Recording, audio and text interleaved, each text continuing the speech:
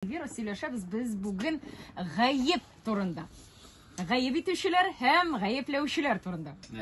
Һәм гаебеңне төртеп күрсәткәнне кабул итү турында. Но, әни кеше баласына төртеп күрсәтә инде гаебен. Анда инде тәрбия кысаларында да әйтергә кирәк. Аңлашыла инде. Бәлки менә берсе-берсенә гаебен таныта икән, күрсәтә икән, синең анда ни эшең бар дияргә дә мөмкин бит, әйме? Но әгәр дә бу кем әйтүеннән дә тора инде. Мәсәлән, берсенә якын кешеләр әйтик, якын дуслар миңа калса әйтергә тиешләрдер.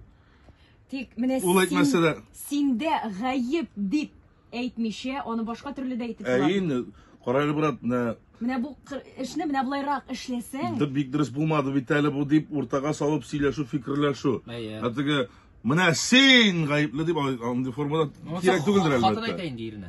Менә син соңга калып кайттың. Энекәш син әйдә үз гаиләң турында гына сөйләр, әйме? Гомумиләштермичә.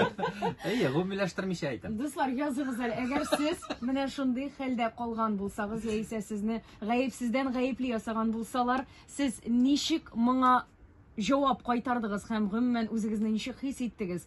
Башкаларны гаепләргә яратасызмы? Әллә инде тыелып каласызмы? Гаепләргә кирәкме ул кешегә төртеп күрсәтергә кирәкме дөрес эшләмәгән эшне? Шулар хакында сөйләшәбез.